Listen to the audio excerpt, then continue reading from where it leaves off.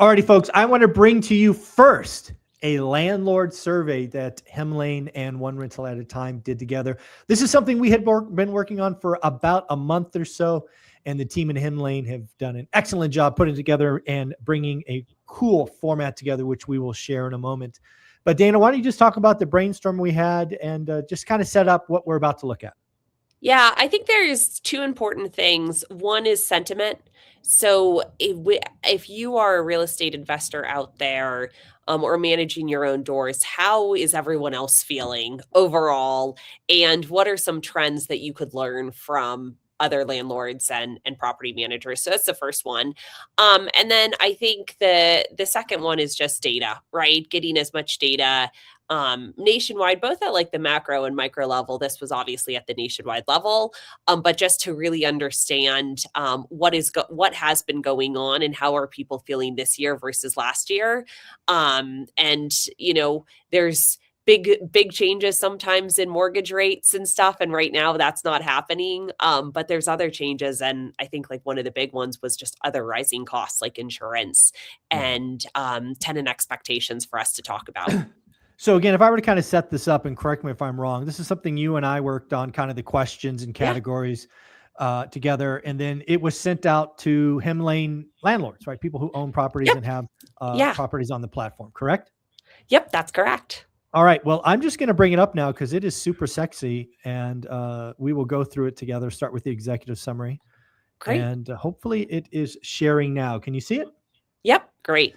All right, so let's just scroll down again. It's very pretty. It's like 14 pages, guys. This is something you've definitely got to check out. But we'll start with the executive summary.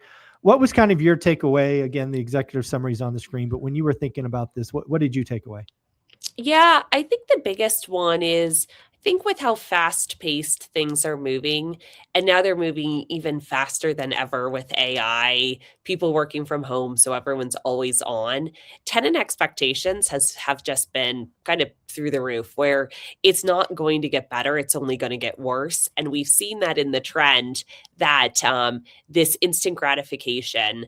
Uh, a tenant assuming immediate responses is there. And then the other thing that I would just say is with, rising expenses and then also, mortgage rates where they are and potentially there to stay, people are really focused on long-term consistent buy and hold my portfolio, keep it, maybe buy something if the price is right. Actually, I'm surprised we'll go later on down, scroll down later Mhm. on, how many people want to purchase in the upcoming year. But I think that as a real estate investor, it's very clear that you have to be much more strategic and it's not a get rich quick. You can't buy 20 properties Yeah. this year right away. You have to really look at the numbers and think about it. What about you? What did you take away from it? Well, when I went through this the first time, I think the first two things that jumped out at me was bullet point 1 and 3 on the key themes. One is cautious confidence. And this really goes back to the point that if you're going to be a real estate investor, I think you have to lean into optimism, right? If you are a Mhm. doomer or afraid of everything, you're never going to get started. So I Yeah. think the people that get in the game kind of lean that direction. And this survey kind of highlighted. Again, the other thing to point out, it's on the beginning of this, and I'll go back to it. You almost had 3,000 responses, right? So this Yeah. wasn't a small survey, right? Sometimes you do surveys and you get 10 or 15 responses. This is, nearly 3,000. So kudos to you and the team. But then the second point was turnover. And this is especially important today versus maybe 2020 or 2021, where rents were exploding. You probably looked forward to turnover when rents were going up 100, 200, $300 Mhm. between tenants. That's not this market. I've talked about Ken McElroy's talked about 2, 3, 4 months move-in specials, $99 deposits. We're back to, this is the second hardest market I've seen, with only '06 being worse, where you have to give away things as a landlord. So as a landlord, you really need to lean into the fact that it's about retention, not about maxing rent in the market we're in today. That's the Yeah. other thing. Yeah, and I think that's important. Some of our multifamily investors and managers we're working with, Mhm. they say we cannot reduce the price of our units on market because they have units that are filled that Yeah. are at higher prices, but then those units are staying on market for 60 plus days, and they're not going to rent them at all then Yeah. in that case. And so really knowing your market as well. There's some markets, Houston was an example of one where we were actually seeing numbers decline. And Mm. so really just making sure you really know both your macro and micro and what's going on in the trends, because you do have to be strategic about your rental rates. And to your point, I think not having turnover, Michael, is something to focus on at this point in time. That is, I mean, I think I've said this a few times, and I'm sure I'll say it a few more. 2026 is about operations. So again, part of that is not having turnover. You've just, I mean, if you got a lower rent, $50 to keep someone, do it, because it's better than a $2,000 turn and 2 months vacant and all the above. Then the other thing to kind of look at is who was surveyed. And I think a couple of things were interesting here. First, 86% were 10 units or less, which is kind of the country average. So it's, when you look at mom and pop investors, I think it's 90% or below 10 units. So again, very much like the industry. And then you had roughly half, right? I think it's 46% under 3 years experience. So you probably have some, unexpected landlords there, accidental landlords in there, which makes sense to me. So, I was a little surprised you had 11% of people over 15 years. So that's pretty cool. Yeah, no, it's great to have those who have 15 years. What's great is they've seen the cycles, right? True. Which is very important, because I think it makes you a better investor if you can say, yeah, I remember exactly what happened, and this is how you handle it at this point in time. Yeah, I love that. And again, the other thing I learned this week is Cody Davis from my community is coming to Hen Lane, and I even heard Jason Pritchard from my community is coming to Hen Lane. So kudos to you for having 2 big players switch to Hen Lane. So that's thank you. Cody was an interesting one. Apparently, he's been on Hem Lane. Yep, he had 20 units with you. And then is bringing over the entire portfolio. So we're super excited about that. I think he's one for the whole community to follow and get advice from, because my take on it is he's been able to grow his portfolio and do well based on his attention to detail.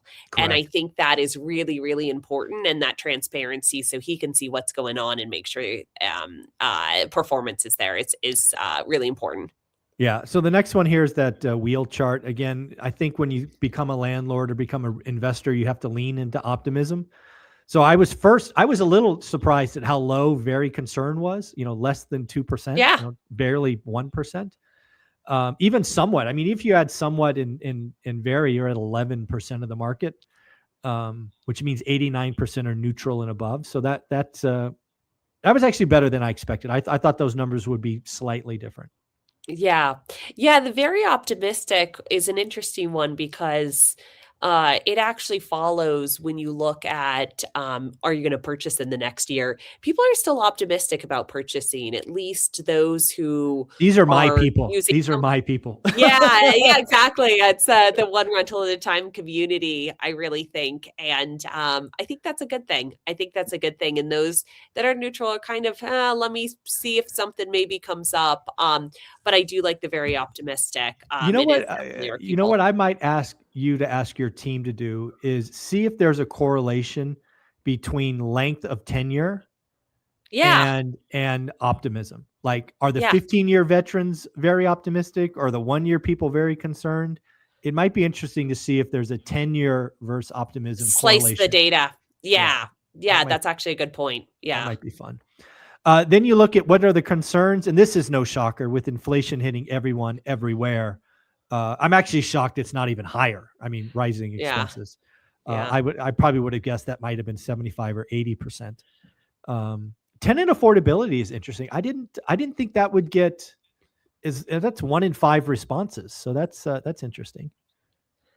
Yeah. And then regulatory changes, or just tenant landlord law, I would have thought that would be higher, in part because it just keeps changing. It seems to change, especially here in California, where we are. So yeah. All right, next up, tenant expectations for 2026. And I got to tell you, as somebody who has had a property manager since day one, this is probably one I've never thought about. But if you're going to be using Hemlane and doing on-site management, this is probably one you feel near and dear. So again, expectations for tenants are higher and higher, and it's probably why Hemlane's winning, because you give that interface, that real-time access, that ability to communicate. So this is probably why Hemlane's winning, is because tenant expectations are up. Yeah, I think it is one of those things, Hemlane winning, but also just overall, I think AI will hopefully help. When tenant expectations are so high, and this is I would say the problem with technology is tenants will go in there and write something like, "My dryer is broken. I need it fixed now." It's a very emotional, not Right. objective, um, uh, you know, um, ticket that's submitted. And, there's two ways to route that. One is to route it to our team and take some of that drama off of you and that emotion off of you. The other way is for you to take it. And either way, I do think that while technology is part of the problem, technology can be part of the solution as well. For We've sure. even started going in and saying, hey, when a tenant submits a repair request, how can we soften it, make it much more objective Yeah. instead of having the emotion in it? Because I think that's what is the most stressful part of being a landlord where you don't want to grow, Hmm. is you saying, oh, I just got another request that is very emotional. And Yeah. so really being able to tone that down, I'm very excited about that and how technology could help with that, because technology has definitely been one of the things that have increased tenant expectations. For So sure. not the best for landlords, and so now we got to flip it the other way. No, this is why I think Hemlane's going to keep winning, is because you're thinking about this the right way. You're trying to bring technology that smooths the communication and leverage points between tenants and landlords, and that's why Hemlane's going to keep winning. Next up are the big challenges, and it's interesting here. Tenant turnover is still above maintenance costs. I would have guessed, with all the rising cost and in the other part of the survey, that might have been a little bit higher. But yep, tenant turnover is still the big issue.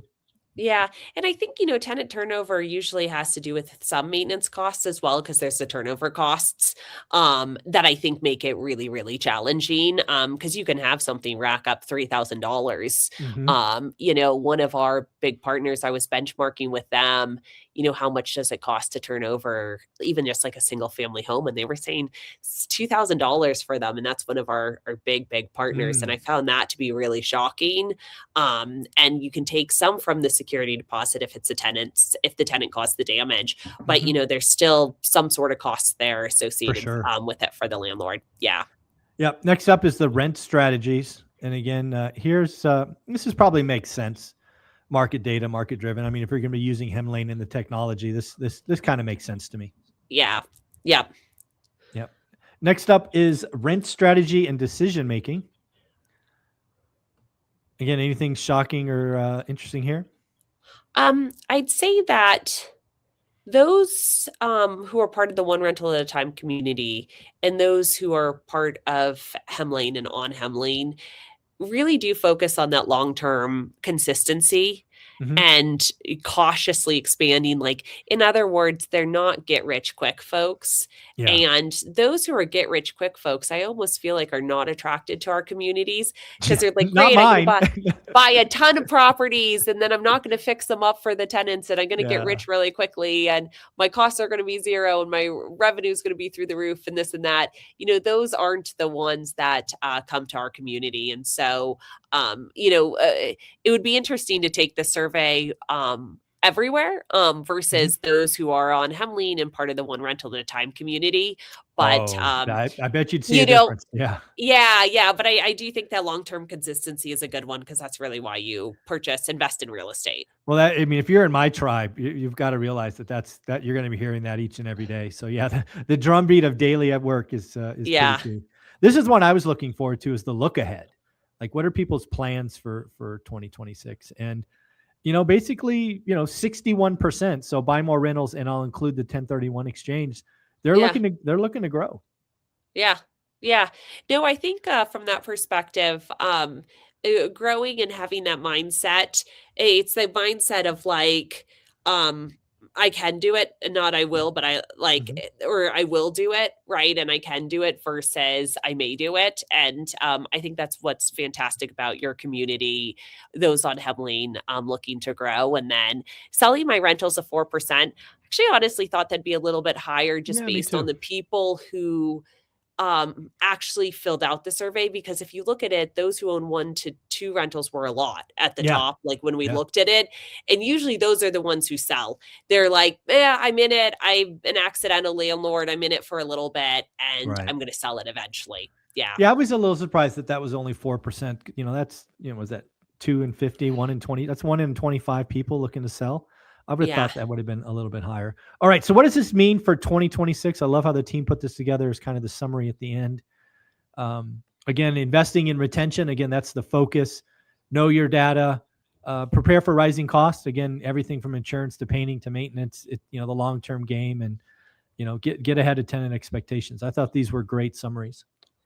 Great. Yeah, and I think that, with it, it's goes back to just do the work, when Yeah. you're purchasing and stuff like that, and then once you purchase, you've already done the work, you can't change the numbers that you have. I mean, you could refinance, but you can't change your purchase price. So then to your point, it all comes down to the operations side of it.